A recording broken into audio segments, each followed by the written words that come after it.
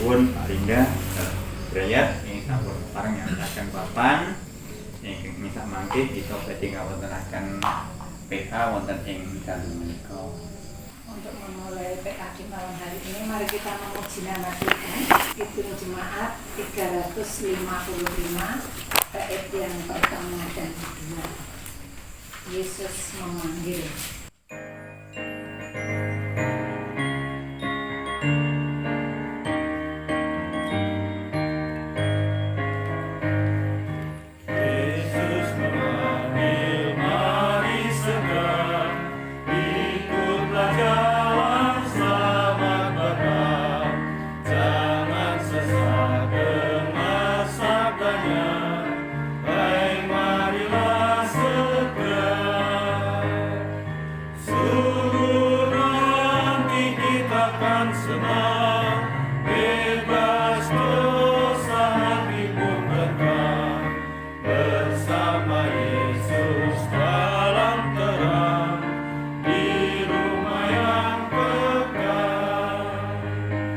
Pada malam hari ini sesuai bahan terambil dari Lukas 21 ayat 25 sampai 36. Apabila semuanya itu mulai terjadi, bangkitlah dan angkatlah mukamu, sebab penyelamatanmu sudah dekat. Lalu Yesus mengatakan perumpamaan ini kepada mereka. Perhatikanlah pohon ara atau pohon apa saja. Apabila kamu melihat pohon-pohon itu tidak berbuah, kamu tahu dengan sendirinya bahwa musim panas sudah dekat. Demikian juga jika kamu melihat hal itu terjadi, ketahuilah bahwa kerajaan Allah sudah dekat. Aku berkata kepadamu, sesungguhnya angkatan itu tidak akan berlalu sebelum semuanya terjadi. Langit dan bumi akan berlalu, tetapi perkataanku tidak akan berlalu. Jagalah dirimu supaya hatimu jangan syarat oleh pesta pora dan kemabukan serta kepentingan-kepentingan duniawi, dan supaya hari Tuhan jangan dengan tiba-tiba jatuh ke atas dirimu seperti suatu jerat.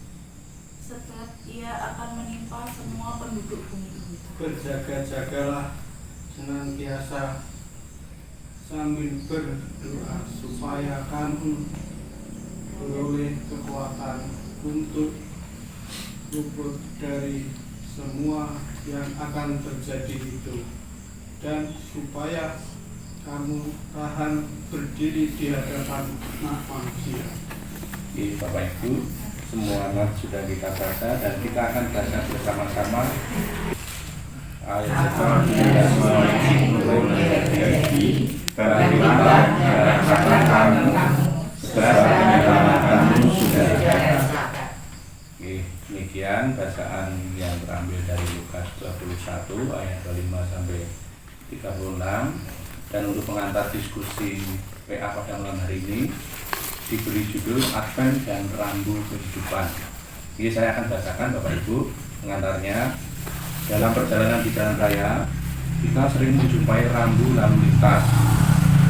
Rambu itu tentu difungsikan agar perjalanan kita aman dan teratur. Begitu pula hidup ini sebenarnya bahwa Tuhan memberi kita rambu-rambu kehidupan, baik itu melalui firman, hati nurani, dan pengalaman. Advent itu dari kata adventus, bahasa Latin yang artinya penantian atau menantikan kedatangan Yesus. Dan bermakna dua, yaitu penantian kedatangan Tuhan Yesus di Bethlehem secara manusiawi, dan Advent dalam konteks kita menantikan kedatangan Tuhan Yesus yang kedua. Nah, sikap berjaga-jaga yang diajarkan Yesus bukan menunggu dengan pasif alias diam, tetapi kesiapsiagaan yang lahir dari iman. Ia berkata, berjaga-jagalah sambil berdoa, ayat 36. Doa menjadi kekuatan untuk menjaga arah hidup kita tertuju kepada Allah. Sebab doa dapat menolong kita untuk tidak dikuasai ketakutan, tetapi dikuatkan oleh pengharapan bahwa Allah selalu dekat dan menolong kita melalui berbagai hal dalam kehidupan sehari-hari. Monggo Bapak Ibu kita masuk dalam diskusi. Wah, yang wonten berarti banyak yang ingin menyampaikan pendapat. Jadi monggo. Ini tadi dari timur ada, utara ada, selatan juga ada. Rambu-rambu kehidupan yang sering kita abaikan itu suara hati nurani, Pak. Padahal itu adalah sebuah peringatan dari Tuhan yang menurut saya abaikan. Berarti saya punya. Oke. Itu contoh bukan? Oh gitu. Soalnya kalau punya nanti ditunjuk orang gitu ya. Itu kejadian bukan di sini, di tempat kami lah. Tapi artinya melakukan apa ya, menyatakan sesuatu yang antisipasi tidak sesuai fakta, tapi sebenarnya mungkin untuk sesuatu melindungi ya, itu mungkin ya Bu ya. Artinya yang dimaksud karena melindungi diri supaya ya suara diganggu lah, mungkin gitu ya. Nah itu kaitannya dengan rambu tadi. Ya, saya akan mencoba menambah dari pertanyaan diskusi yang pertama ya. Dalam kehidupan sehari-hari, apa contoh rambu-rambu kehidupan yang sering Anda abaikan, padahal menolong Anda tetap berjalan di jalan Tuhan? Tadi sudah ada contohnya. Jika dalam pribadi saya, mungkin juga hampir sama ya. Tadi adalah suara hati nurani atau rasa gelisah ketika kita melakukan sebuah kesalahan. Kemudian rambu-rambu yang lain yang biasanya saya menjadi pegangan saya adalah nasihat dari orang tua. Ya. Sepele gitu Bapak Ibu, orang tua memberikan dawuh apa begitu baik, tetapi kadang kita abaikan. Padahal bisa saja itu menjadi pesan Tuhan yang dilewatkan melalui orang tua kita. Curhat kepada Tuhan. Kemudian setelah kita berdoa atau curhat kepada Tuhan, itu hati kita akan tenang, damai, dan tidak ada rasa cemas. Sudah lega, plong. Terima kasih Pak.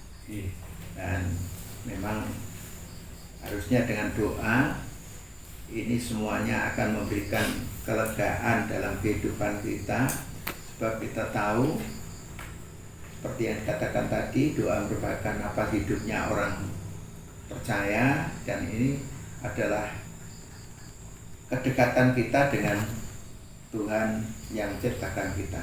Dan pada kesempatan ini punya mengajak kita untuk jujur, ya, untuk mengatakan jujur. Tanpa itu saya kira kejujuran itu tidak akan tercurahkan, apalagi di dalam kegiatan yang semacam ini. Nah, itu yang jelas.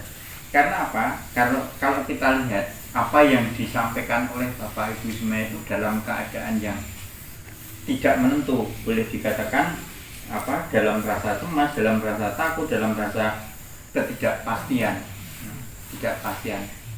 Nah, ini secara jujurnya aja, di saat kita dalam keadaan susah, mesti rasa kita ingin dekat dengan Tuhan, mesti dedungo terus gitu nanti. Tahun 2000 di Papua itu terjadi kerusuhan, terutama di Solo.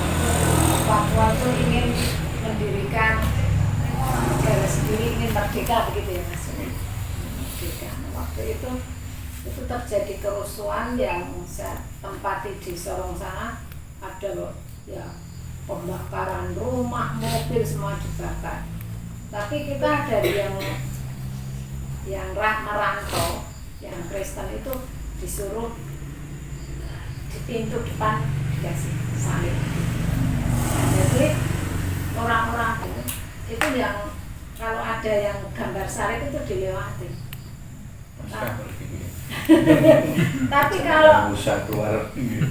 Tapi kalau yang tidak ada itu rumahnya dilempari batu, kaca-kaca pecah. Sampai saya itu waktu tahun 2000 itu saya kesini, di sini 1 tahun anak saya pindah di sini. Karena ya memang begitu, kita kayak perang itu. Di dalam rumah itu saya itu bawa tas itu sudah saya taruh surat-surat ya, ijazah dan lain sebagainya. Tas itu Siap pergi. tidak ada baju di dalamnya, cuman itu kalau ya. Tapi ya puji Tuhan masih melindungi keluarga saya.